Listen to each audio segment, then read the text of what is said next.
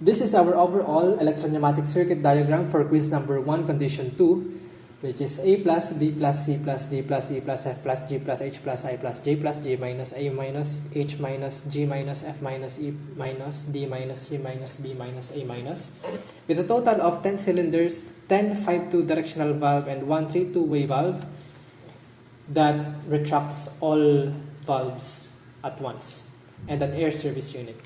Now, if we press the manual push button, it executes exactly that sequence: E plus, F plus, G plus, H plus, I plus, J plus, and then back in that order. As you can see, only one signal is processed at the signal output diagram. And then after executing the entire cycle, the system is automatically shuts off. But if we press automatic push button instead, the cycle will start once again after being finished. If you stop it suddenly, once you start the operation, it will first retract those already extended cylinders before it will execute the operation once again. So retract, and then A plus, B plus, C plus, just like what you see earlier. Let's tackle it more in detail.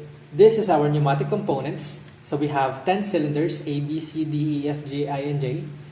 And then we have another valve for returning all of the cylinders, and an air service unit for filtering the air that comes out of the compressor. Now this is our signal input elements, and our signal output elements. They are separated for easier debugging. Each relay at the input turns a switch at the output, which energizes a certain solenoid. So for this one, it is Y1, which is responsible for A+. K3 turns Y3, which is B+. K4 turns Y4, which is C+, and vice versa. You will see a relay at the end. It is Y24, and it retracts all cylinders. At our signal input diagram, if we press the manual button, current will flow this way and energize K1, and it will turn on this switch. Because of that, current will flow this way. When cylinder A has not yet been retracted, both cylinders are first retracted using K24. Otherwise, if they are already retracted, then K2 is energized, which turns on this switch. Note that these relays are also self-latching because of the switch above them.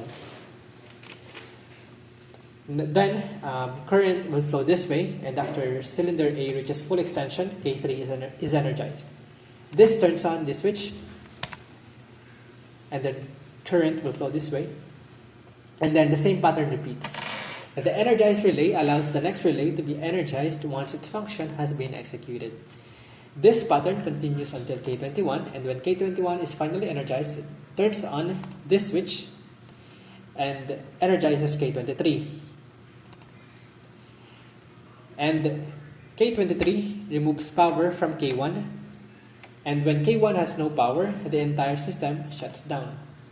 Now, if we press automatic push button instead, it will latch K0, which will serve as a held push button press, because as you can see, it is configured in parallel with our manual push button, and it can only be stopped by pressing the stop button.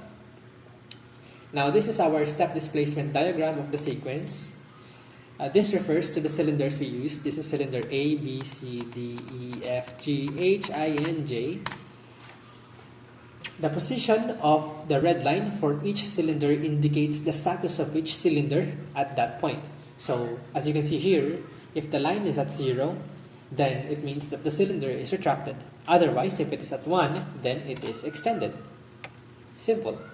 Knowing this, we can represent transitions as operations. Here, if the line goes from 0 to 1, it represents A plus, or cylinder A extension.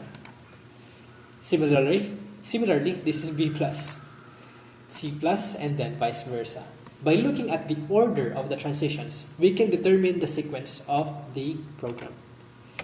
And then at the flip side, transitions coming from 1 to 0 indicates retraction. So this is J minus, this is I minus, H minus, and vice versa. That's it. Thank you for watching.